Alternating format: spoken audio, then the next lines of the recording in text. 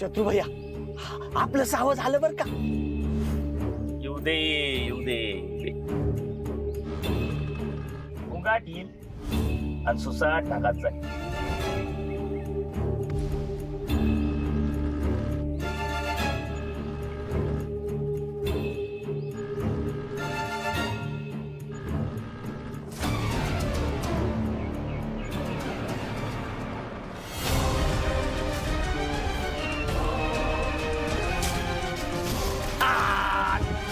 Wicket पडली चटणी एकदाची bat खपली बघ.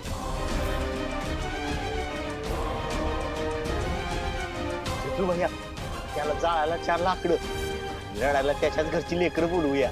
थांब जरा. डायरेक्ट जीव गेलाय का तडफडून मरतोय ते बघायला नको. ह्या गर्दीमुळे काहीच दिसाना झाले बघ. आता कळणार कसं बरं काय झालंय ती. गेलाच असत तू. जरा इकडे तिकडे बघा बरं कुठं रेडा बेडा दिसतोय का. रेडा दिसत असेल ना तर यम आलाच मग समजा सूर्याला निघाला. जाऊ दे दीपक. कोणतरी कुठलंय वाट. हा चल चल बघायला चल लवकर. काय झालं. मागे सारखा अरे काय जत्रा आलाय. सर सर सर सरा सरा सरा सूर्य दादा अरे काय झालं. लागलंय का तुला. नाही. अरे दादा तू कस काय पडला. तू एवढी भारी गाडी चालवतोस. अरे ते जोगतीन मावशी मध्ये आले. मी गाडीचं स्पीड कमी केलं त्यांना वाचवायच्या नादात गाडीच घसरली. मी एक काम करतो तेज वाक्काला फोन करतो. हे नाही नको ते नको फोन करू. घरात उगाच काळजी करत बसतील परत. मला काय नाही झालं बरं आहे. अरे पण हर देवाचा आशीर्वाद आहे माझ्या पाठीशी. तुमच्यासारखे दोस्त माझ्या बहिणींची प्रार्थना माझ्या पाठीशी असताना कशाला काय मला होते. काय काय झालं. वहिनींचं प्रेम दादा. यांना आपण डॉक्टर घेऊन जाऊया. अहो तुम्ही काय काळजी करू नका काका. आता आमच्या घरीच घरचा डॉक्टर आहे. सूर्य दादाला तिकडेच घेऊन जातो. तुम्ही सगळी घरी कल्टी मारा. पिक्चर संपलं. चला चला निघा. जा काम करा. चल चल. तू 2 पायावर उभा कसा काय राहिला. जमीन मऊ पडली काहीच डोकं टणक झालं. सूर्याला देवाचा माणूस म्हणते ते उगाच नाही. ए पाचाळलाय काय होय. देवाला काय तुझी कामं नाहीत का. आता मला सांगा आपण एवढी जय्यत तयारी केली. सूर्या पण अगदी येळत येऊन पडत होता तेव्हाच ती जोगतींमध्ये आली. तिला वाचवायला त्यानं ब्रेक दाबला आणि सूर्या वाचला. देवच त्याच्या माग आहे. नाही येळ आपली खराब असं म्हणायचं आणि पुढच्या वेळी नीट प्लॅनिंग करायचं. मी पण बघतो या जणशी बाजून किती दिवस वाचवणार आहे. नाही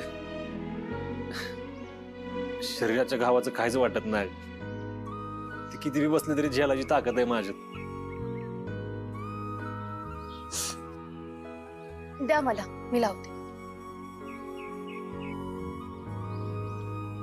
घे.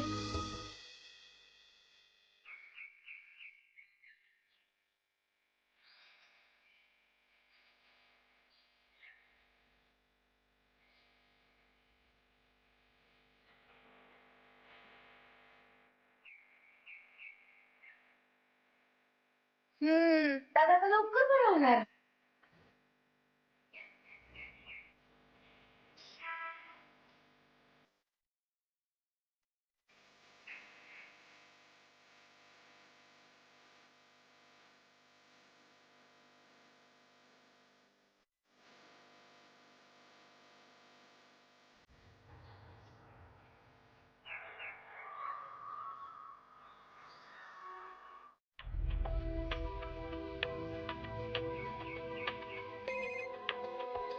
अक्का. सूर्या. छोटी आई. तुळजा. तुळजा कशी आहेस पोरी. बरी आहेस का ग. मी बरी आहे. तू कशी आहेस ग. बरीच आहे. आमचं काय ग रोज निखाऱ्यावर चालायचं. पण पण तू नीट राहा. सूर्याबरोबर सुखाने संसार कर. बरं आई आहे का तिथे. वय आहे की ग इथंच आहे. आई कुठं जाणार. इथंच जगायचं आणि इथंच मरायचं. आई प्लीज असं बोलू नकोस. तुळजा तू नको काळजी करू. तू फक्त सुखात राहा म्हणजे झालं बघ. बर तुळजा, तू काय सांगायला फोन केला होतास का? जे काय सांगायचं ते लवकर सांग, मला कधी बी येत असतील. हो आई, अगं आज सूर्याचा ऍक्सिडेंट झाला. काय? कसा? कुठं? फार लागलं नाही ना त्याला? कुठं हाय? कुठं त्यो? घरीच येतो, खरचटलंय त्याला. अगं पण असा कसा काय अपघात झाला त्याचा? त्याला म्हणावं गाडी जरा सांभाळून चालवत जा. आधीच काय काट कमी आहेत का त्याच्या वाटेत? तेच सांगायला तर मी फोन केलाय तुला. सूर्याच्या वाटेत काटे पेरणारे डॅडी आणि शत्रूशिवाय दुसरं तिसरं कोणीच नाहीये ग. आणि मला खात्री आहे हा अपघात घडला नाहीये, हा घडवून आणला गेलाय. आई अगं, सूर्या खरंच खूप चांगला मुलगा आहे.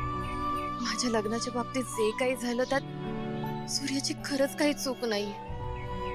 पण त्याने माझ्यासाठी जे काही केलंय त्यात त्याचा जीव गेला ना तर मी माझ्या स्वतःला कधीच माफ नाही करू शकणार ग.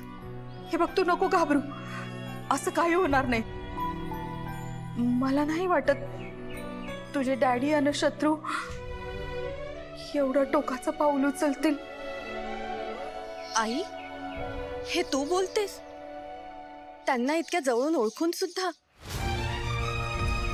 चेहऱ्यावर मुखवटा चढवून त्यांनी जगाला फसवले, पण खरं रूप तर आपण त्यांचं बघत आलो. किती विकृत आहे, किती क्रूर आहेत ही लोक. आई, मला माझ्यासाठी नाही उभं राहता आलं ग त्यांच्या समोर, पण आज मी सूर्यासाठी उभी राहणार त्यांच्या समोर.